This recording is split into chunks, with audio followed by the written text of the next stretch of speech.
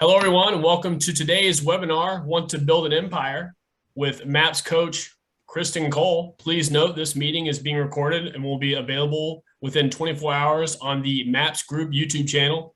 You may access the YouTube channel from your Zoom confirmation email. We will share the link in the chat momentarily. Currently, everyone is on mute. We do value group participation, so we ask that if you have any questions for your coach, please type them into the chat box located in the taskbar at the bottom of your screen. Your questions will be addressed by your coaches throughout the webinar. Following the meeting, if you have any questions about today's call or coaching programs, please email us at fasttrack, FASTTRACK @kw.com. That's all for me. Kristan and Joe, take it away.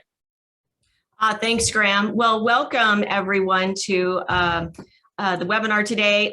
We want to just give you like a snippet, small little segments of what you can expect if you were to take the class, Scale Your Business to Expand. And when we talk about expand, we mean just growing your business. It doesn't necessarily mean into another location, but I think all of us want to grow. Well, how do you actually systematically do that? And first, how do you build a foundation that you control so that it's going to be your business no matter what happens tomorrow or the next day or the next?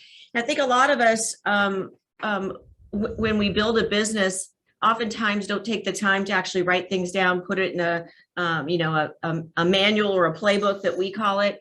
And so we're going to just walk you through a few things that you can expect in taking Scale Your Business to Expand. Because if you want to build an empire, the things that we go over today are all the things that are necessary to really do that. And this applies to any business. Gary, when he teaches us about growing our businesses, he teaches it from the perspective of a business perspective. And some of these concepts may have been new to real estate, but they're not new to the business world. So we're going to take a look at some of those today. And Joe Quattrucci is my director of productivity, and he is going to share the PowerPoint. If you have questions along the way, please type them in the chat box and we'll answer them as we go so that you get what you need. Also, Tegan's going to type in the chat box, and then she'll type it again before the class ends, how you signed up for Scale Your Business to Expand. It starts January 12th. It's once a week for 8 weeks. And that gives you time in between the lesson that we teach to actually then go and implement it. So that oftentimes when you take a class, I don't know about you, Joe, but I come away with a ton of notes, and sometimes I don't necessarily start to execute. Right. Happens to the best of us. Yeah. And like, for instance, when you take ESO, you're so overwhelmed with so much information, yet where do you start? Right. Scale Your Business to Expand. It is going to start from square one, and over an 8 week period of time, we're going to help you build a business that's controllable, that's scalable, and one that if tomorrow one of your team members won the lottery, someone could step in and actually do their job. So with that, let's take a look at the PowerPoint and go over some of those key points today. We're going to get ready to share it here.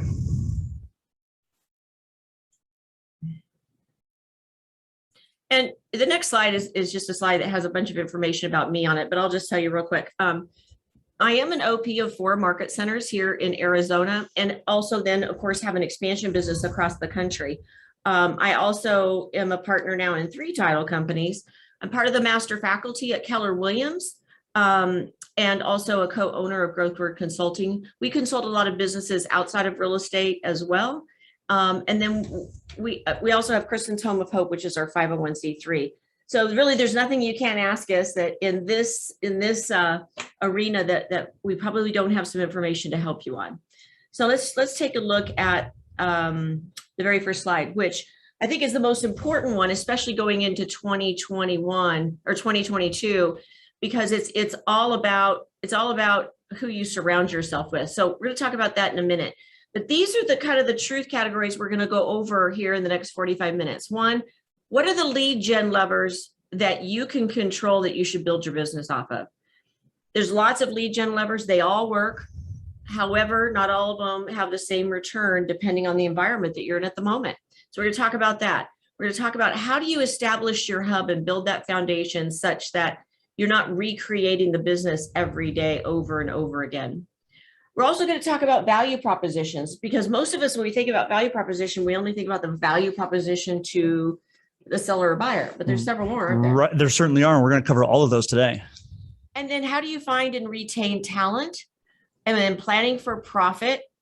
And Gary talked a lot about that last week. I had the opportunity to be in the room with him for 2 days, and he talked a lot about profit, and then creating culture. So it's going to be fun. So let's go. Let's get started. So, and this came up, Gary asked us 10 questions that we're supposed to ask ourselves over the holiday season and come to our own answers. And one of them is this one right here. Decide who you want to become before you start all the doing. And Joe, you talk about this so well in the golden circle coming from Simon Sinek, and Gary talks so much about it. Like at the end of the year, it's really good to examine, who have I been involved with this year? Where have we gone? But now, who do I want to become? Who do I want to be?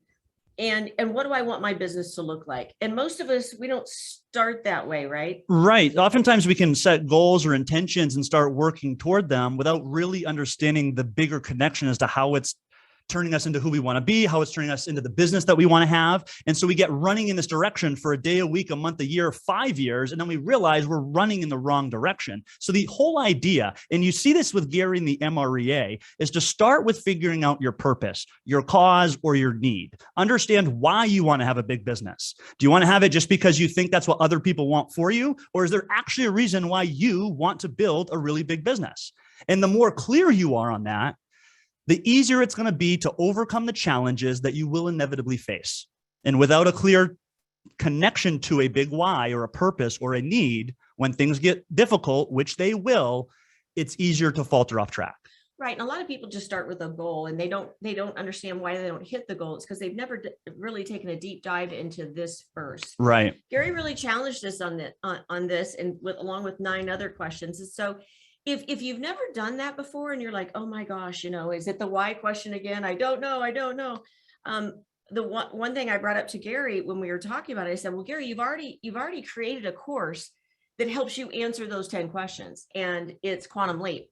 So if any of you haven't taken Quantum Leap, the adult version, I'm going to be teaching it along with Joe and our leadership team in February. And you can just go to, Tegan will type it in the chat box, but it's really important that you start the year out knowing, who are you? Why are you here? Who do you want to become? Yeah. Before you deciding what you're going to go do. And there's just one more thing I'd like to add to this, Kristan. There's 2 types of motivation, right? You can either have move toward motivation, something that you want, or move away from motivation, something you don't want. Now, sometimes when people are in pain, when people are in survival, the thing that they don't want most is what's motivated them to go get their butt in the gear and to start working. The problem with only having a move away from goal is once you're no longer near that pain, once you have enough money to be comfortable, you're no longer motivated. So you want to create a move toward goal to pull you through that natural ceiling of achievement. So if your motivation thus far has been, I don't want to be broke, I don't want to be poor, I just need to pay my bills, then I encourage you as your business begins to grow to start setting move toward goals, because move away from is only going to get you so far. And those move toward goals are success and significance and Right. transformation. Right. And so we'll get into all that, both in Scale Your Business and Quantum Leap, because those are the things most of us, gosh darn it, we stay in survival so long and we don't even know we're there. Right. And we want to get you into success, wild success. So let's look at lead generation, because I think this one, there are so many lead generation levers out there. And what we want you to really focus on, and we spend an entire lesson on this one thing, because there's lead generation levers that you can be involved with, but you don't control them. Right. Facebook leads, right? Zillow, like you could wake up tomorrow, they can change. I don't know how many of you remember back when we used Craigslist and it was wildly successful until it wasn't. Right. Until they changed the algorithm and we couldn't do it anymore. So we're going to talk about all those levers that you don't control. Then we're going to talk about levers you do control.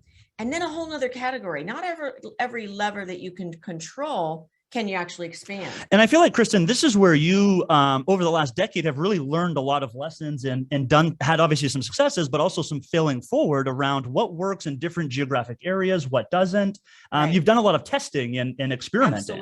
Absolutely. What works in Omaha, Nebraska doesn't necessarily work in San Diego, California. Right. And we're gonna talk about those things, because We want you to narrow your focus in 2022 for that's very specific for where you are, the market of the moment, the message of the moment, and the right lever for you to control to grow your business.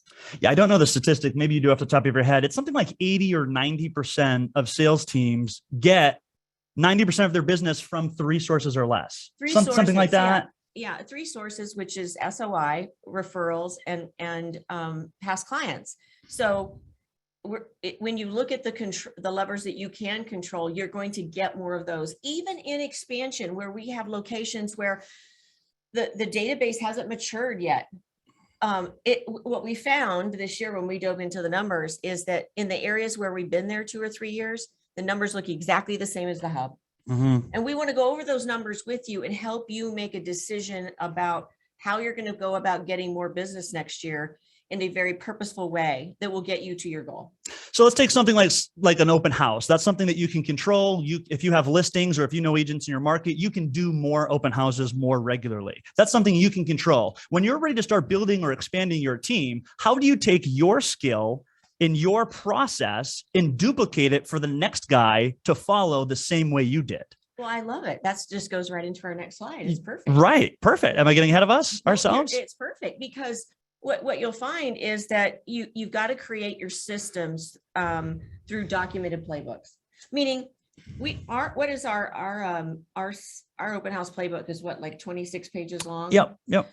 And it walks you through very sequentially. And by the way, at that class, we do share that playbook with you. We have literally dozens of them, but that one really will help you learn how do you actually create a playbook. And on one side, we have everything that our support team does for our agent. And the other side, it shows what the agent needs to do. And it walks them through it very sequentially so that you're not waiting till, Saturday at 9 a.m. to go, oh, I'm going to have an open house. Right. And it also then talks about the metrics when you do these things at a high level, what you can expect, how many appointments you can expect to come out of an open house with. So this is a huge takeaway from this call, because as you scale and expand your business, documentation is something that you're going to have to get comfortable with.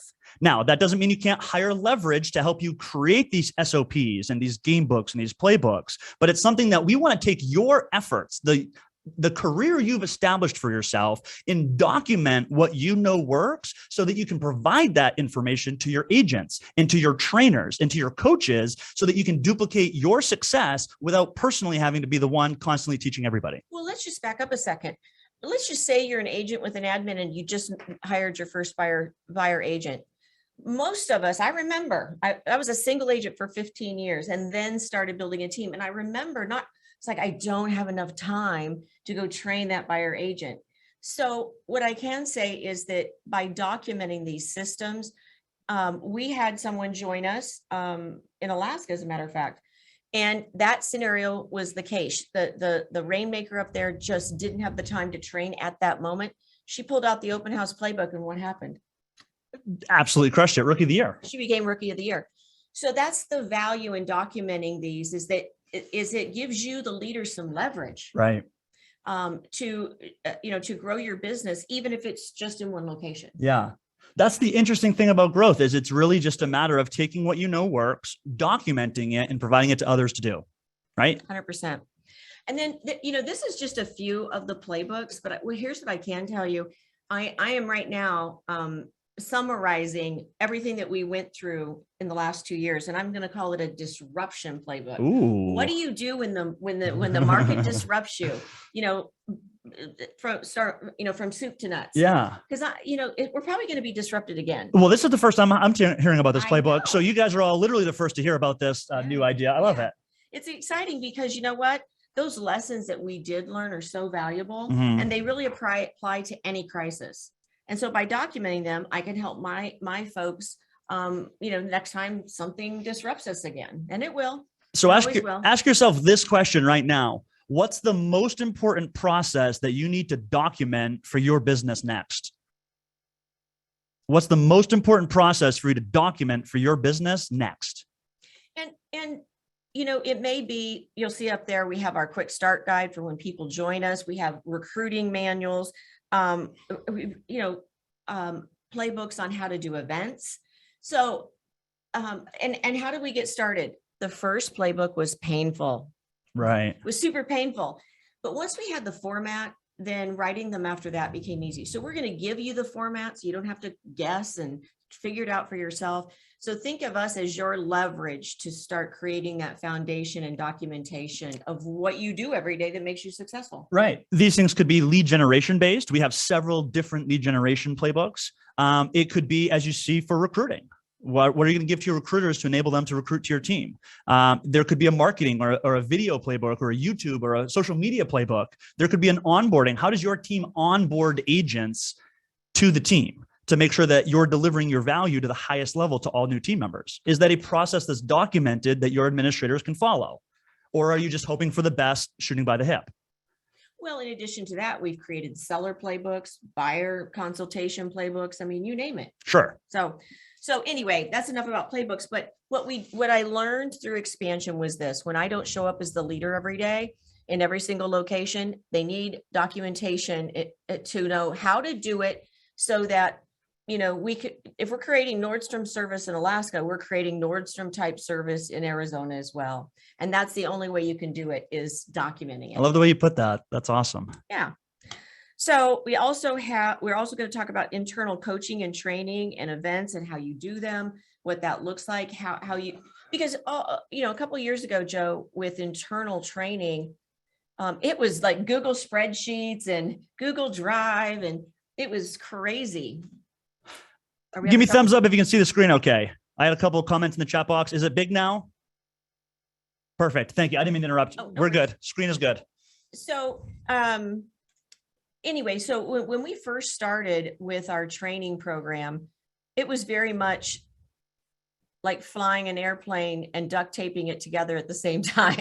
That's what it felt like. Sure. Oh, it's over here in so-and-so's Google Drive, or oh, it's on a Google Sheet or whatever. And so we're going to also teach you how to sequentially grow your business, because you're going to get to a certain size that, like Gary says, it's one of his 13 points in the business snapshot. You've got to have your own internal coaching and training. Just to back up really quick, Kristan, I feel like the takeaway there is you're saying it's okay if things get a little messy, a little chaotic. It's not going to be perfect every time you're expanding your business. Well, if you're not growing, if you are growing, it is going to be messy. It's going to be messy. It's just going to be messy. You and I were chatting yesterday, and I just said, when we get to this size, we're going to have different problems. Right. Yeah. You literally said that. And I'm one of these people that sometimes likes to have things in order, sequentially placed before I begin. And doing too much of that is going to prevent me from taking action. And once I do start taking action, I'm going to learn new stuff and change my plan anyway. So the point there is don't plan too long, because you're just delaying your time. So here's a little catchphrase that Gary said last week. And when he said it, it was like a dagger in the heart. And here's what he said. Your strong work ethic, meaning we're in there trying to figure it out over and over again. Your strong work ethic is keeping you from opportunity. So his point is, sometimes we're working so hard in the business that we don't see what's available that on the business, meaning opportunities that are coming our way. So by documentation and by formalizing your coaching and training and formalizing your events, it's going to give you more time back. And that time is going to allow you to see opportunities that you wouldn't see. And sometimes they look like big fat problems to begin with. They typically do, right? Yeah. So on the screen, you'll see where we have a 66 days to KCN. That's for new people coming into our organization. We're going to show you what that looks like. 5-year way to 100K. These are all programs that we created to get people integrated and actually plugging into KCN very early on. And again, we want you to be able to take any of this and make it your own. Right. So when we're obviously a big enough expansion team to where Kristan can hire somebody like me to come in and build an entire online training program. If you're not at that point yet, the point of this slide, the takeaway is, how are you helping your team members determine which content to look at next? There is so much training information on KW Connect and through MAPS Coaching. If you leave them to their own vices, if it's a brand new agent, even if it's an experienced agent, they don't know where to start. They're like, what do I do next? And sometimes that paralyzes people. Right. And they do nothing. So Right. how are you helping siphon through all of the quality to find the thing that your person needs next for their business? And we'll talk a ton about that. We have a whole lesson on this. And we also talk about how can you leverage the market center, the productivity coaching programs. That's right. So we're going to show you, like, we didn't go from having no training to having this overnight. Exactly. And you may not need this yet, but we're going to show you the path to actually put it into a manual, if you will, so that you don't have to recreate it every time. Right. And we're gonna show you how to leverage all the resources out there that are free too. That's right. And then this was just aftercare. So again, we're going to talk about what are you doing after you close on a transaction to still give people VIP service. What does that white glove service look like? Do you have a plan? What's the plan look like? How often? And so this is just a sample of the name of ours, but we're going to walk you through what that looks like and help you create your aftercare customer service plan as well. Because we all know everybody moves every, how many years? On average, call it 10 years. Right. So how do you stay in touch with them after you have either helped them buy a home or sell a home so that they remember you when the need for a home comes up? That's what this whole purpose behind the rewards program is. I like rewards. I like points and all that stuff. So it's kind of fun. Yeah. And assuming you're doing customer care at a super high level, how are you ensuring your teammates are doing customer care at a super high level? You have to have a system. You have to have a system that actually gets executed, and whether or not you're there or not. That's right. So that's the whole key to scaling your business to expand, is we're going to teach you the systems for each of these pieces. We're going to take a deep dive during one of the lessons into the value proposition, because we know typically of what's my value to the seller or buyer, but we don't think about the other value propositions that as you grow your business, you need to be thinking about, like, what's my value to my buyer's agent? Right. What's my value to the market center? How am I providing value to the market center? And as you get bigger, how do you provide value to your leadership team? So we're going to walk through all of those value propositions, how to go about, like, digging a little deeper into, well, what does that look like? How do I know that I've got that for sure? We all know when we've got a great consumer value proposition because we get people calling us wanting to list their home. Well, how do we know we have it in the other category? So we take a really deep dive, one entire lesson on building your value proposition. And if you don't have one for the consumer, that's where we start. That's definitely where we start. Absolutely. And let me just add to that. Let me dive into agent value proposition just as an example. The number one reason that I've seen people leave teams is because of just simply missed expectations. It doesn't mean the team isn't providing value or they're not providing the right value. It's just that the expectations weren't communicated clearly and delivered the way that the agent thought they would be. So I have two comments for you on value proposition. Number one, you as the leader must be clear with what your value proposition is. Like, you should be able to draw on one piece of paper the 6 or 8 or 10 legs of value you offer to any one real estate agent. In addition to that, you have to ensure that that is what's being communicated during recruiting conversations. The last thing you want is to have an agent join your team, you train them for 90 days, they get a bunch of value from you, and then they step aside because expectations aren't being met. That's a big waste of your time. You would rather repel people on the front end that say, you know what, that's a cool value proposition, but it's not what I need. I'm going to go another direction. Okay, no problem. Good luck. God bless. And we're going to find somebody that is attracted to this value proposition. Well, and we deal with that all the time as rainmakers with buyer agents who come and go. And, like, I don't know about you guys, but it's super frustrating to pour a lot of time and effort into a buyer's agent. And then, a year from now, it's like the revolving door. Right. Well, how do you keep that from happening? Yeah. And that's what we're going to teach you. It's like, I have one of my team members that's been with me 23 years. She was my first hire 23 years ago, and she's still with our organization. And we're going to talk about how do you create that stickiness so that people want to stay. And then also, as we think about building an empire, you don't do this by yourself. As a matter of fact, I was on the phone with Ben Kenny last night, asking him a couple of questions about something that was coming up. And so collaboration, there you see Cody and I teaching a class right before Mega Camp. I think we were raising money for our charity, and we collaborate a lot. John Maxwell says this: your first idea usually isn't very good. You think it's good, right. but the more you collaborate with others is really how it becomes a really good idea. And so we're not only going to talk about that, but we're going to make sure that that you guys are thinking about who are you spending most of your time with, because you want to make sure it's with people who you can collaborate with and who are going in the same direction you are. Because sometimes you'll find that there's people that don't want to go with you, but the issue is they don't want you to go either, and they're trying to keep you from growing. So we're going to talk a lot about that too, and how to be super purposeful about your mentors and about the people in business that you collaborate with. The other thing, Kristan, this makes me think of is the idea of letting go. Is there any job responsibility that you're currently not letting go of that is restricting your growth? It goes right back to what Gary said about your strong work ethic is keeping you from opportunity. 100%. Are you just so convinced that you're the only listing agent that can do it the way you do it, that you're not finding a replacement so that you can work on the next level of your business? And I just use that as an example. Sure. So think about, is there anything that you're resistant to letting go of? Because that's ultimately going to stunt your growth. Well, eventually, you're going to have to let it go. And Gary went on to say, you should be trying to figure out how to do less, not more. Right. So that you do have that time to work on the business. Right. So you've got to have, but it's not going to happen if you don't create this foundation. That's right. Yeah. Okay. Finding and retaining talent. This is the new 7th level model that it will be in the new MREA model. And when you have a business this is a big business right here on this screen, a very big business. And so how do you find and retain talent? Well, you and I, we would agree, and we were on a call earlier this morning with one of our partners talking about it. It's like career visioning is the answer. It 100% is the answer.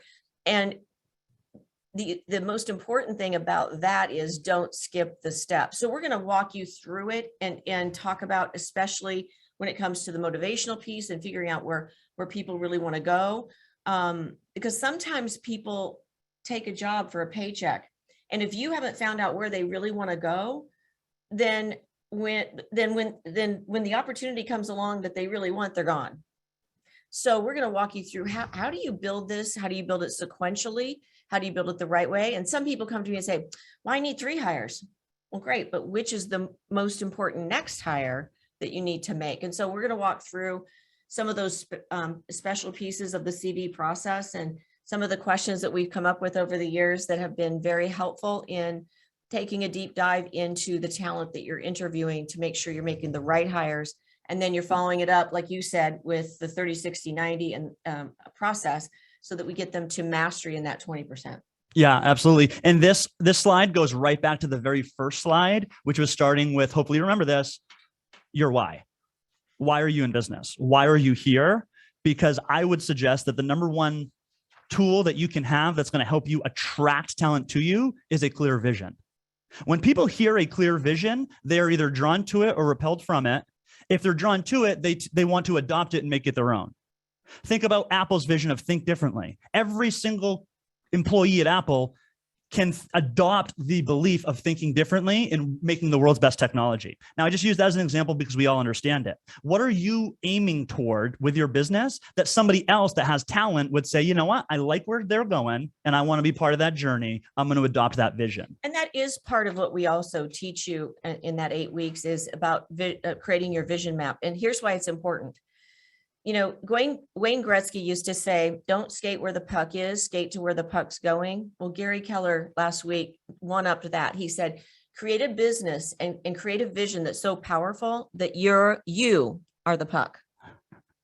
And guess what? When you're the puck, people are coming to you that want what you want, and people that don't are moving away from you. And that's what's so awesome about it. But I love how he said that, become the puck. Become the puck. You have to have a vision in order to become the puck. As a hockey player, I'm going to adopt that belief immediately. Like that one. I'm in. And then planning for profit. A budget is telling your money where to go instead of wondering where it went. So we're going to talk about how do you plan for profit to make sure that you have a profitable business. I can't tell you how many people that we consult with or talk to, and we look at their business and we're like, oh my gosh, they're losing so slowly. They think they're winning, and they're not profitable. And Gary talked a lot about that last week as well. The difference between having a great margin is awesome. And, in MREA, we talk about, the margins, but he says, you know what? having a great profit is even more important. And here's why I'm saying that, because you can have a great profit margin, but you have a smaller business and it only produces X amount of profit. Where if you build this and scale it and have a bigger business, the margin could even be lower, but have more profit. Right. The dollar amount's going to be more. Right. Part of a watermelon idea. So part of this, we actually will walk through the profit first model and show you how to set that up so that you're actually planning for profit. Well, and this screams to me planning. Are you somebody that's looking at your P&L at the end of every month and saying, okay, what do I have left over? Or are you somebody that's creating your expenses for the month and saying, I know where every dollar is going this month because I've already planned it? That's the difference between being reactive and proactive.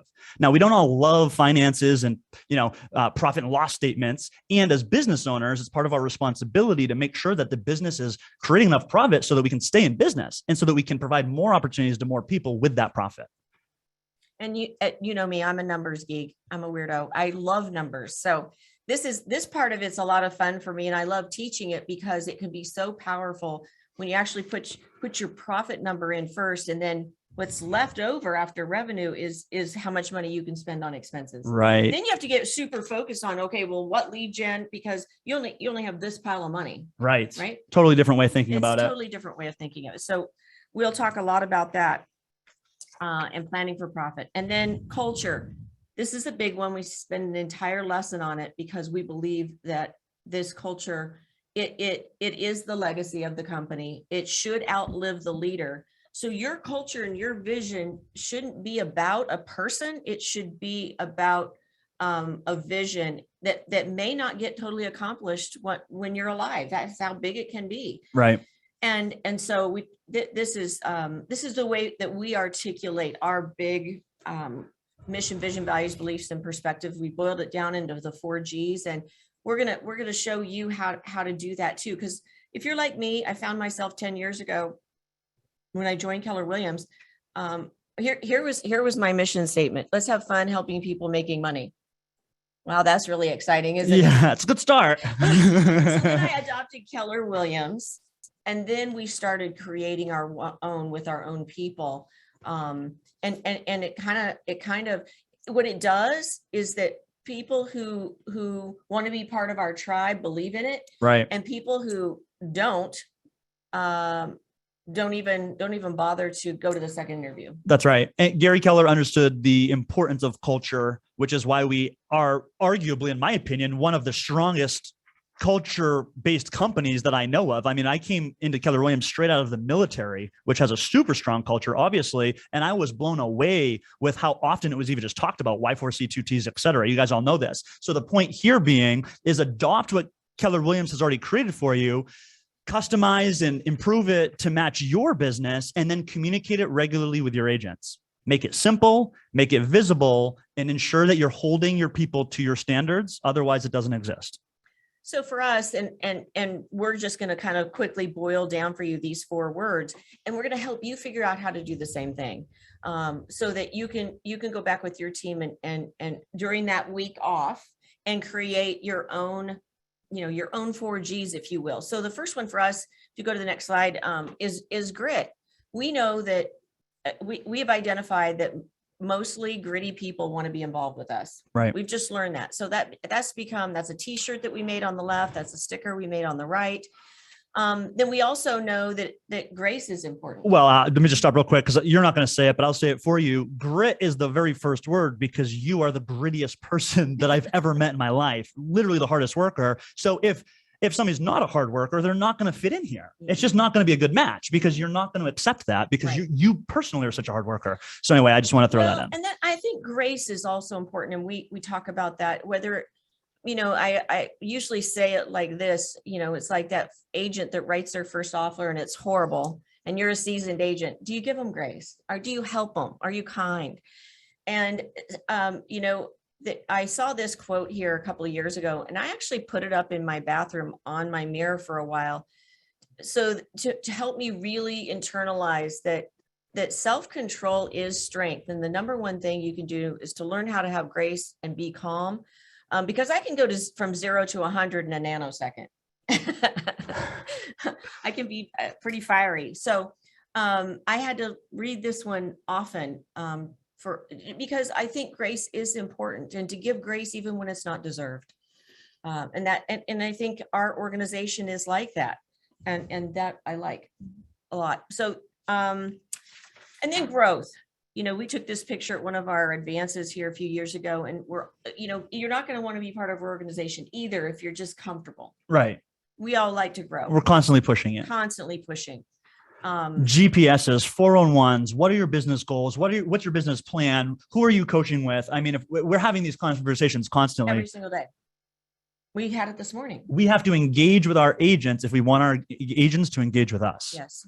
So that's the approach we take. And that doesn't mean we're in business with every single person on the planet. It means that if they're a cultural fit and otherwise, and they want to engage with us at the same level, then they can be part of the team. Right.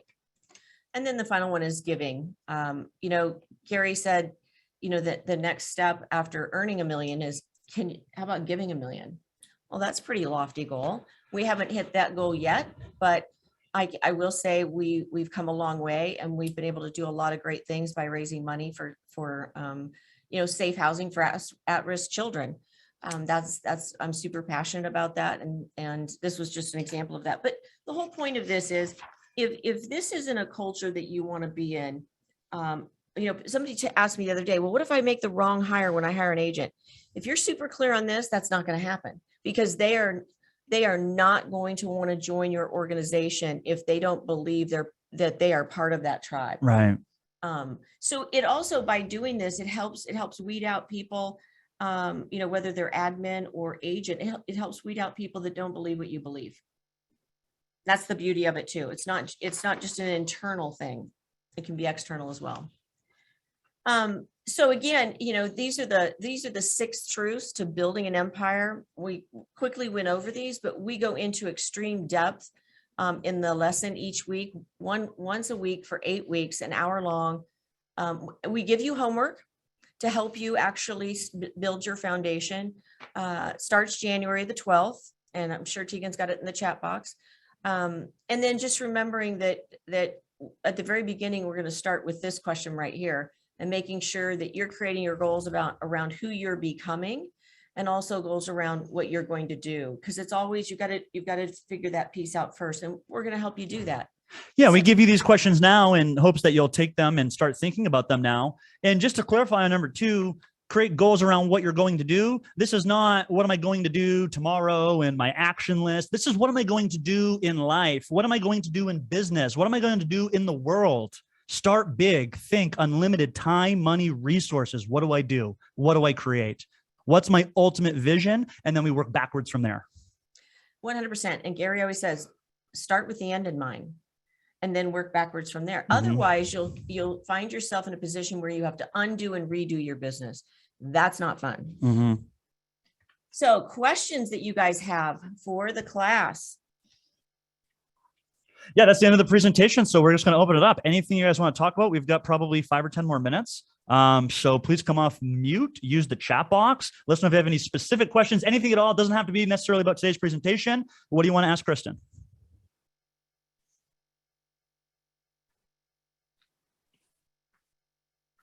I'm curious, I saw the class advertised. Is that okay to have team members attend if there's a session that I can't make, or have them attend instead of me? Yeah.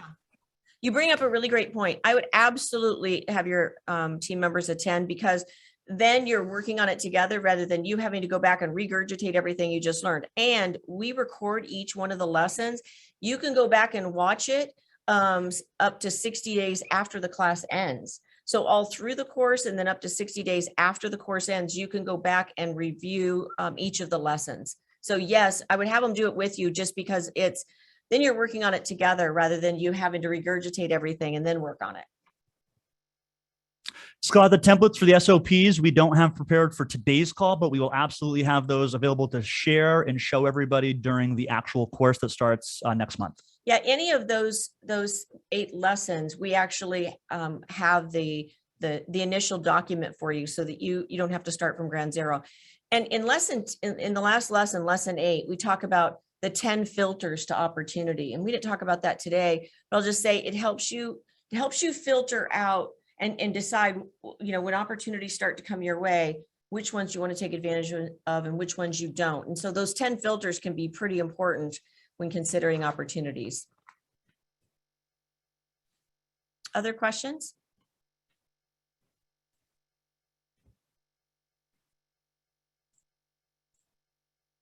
Anything else in the chat box, Joe? Let's see. I'm not seeing, I have one that I'm trying to answer right now around the quote. I have a question, Kristan. I was curious. So you had mentioned for those of us that aren't really ready for expansion, that this will tune us up for that future goal of expansion, maybe, 4 years down the road, that'll get us prepped so that we can create our business in such a way that we're ready for expansion. Is that correct? Well, even if you don't ever want to expand, everything we're going to teach you in the class will help you grow the business that you have right now. These are business strategies that we're going to go over. So wherever you are in your business, these things will apply. And as you think about expanding your business, these things will absolutely apply still. So even if you don't go into another geographic location. Right. Now, if you choose to later on, the great thing is everything you've learned will have prepared you to do that. Mm-hmm. So think of it as a growth class. If you want a bigger business next year, this is the class for you to take. Are there any tools maybe that you guys are going to provide to us, like little templates or cheat sheets that will help us so that we're not starting from ground zero and creating those things? Yes. For our teams?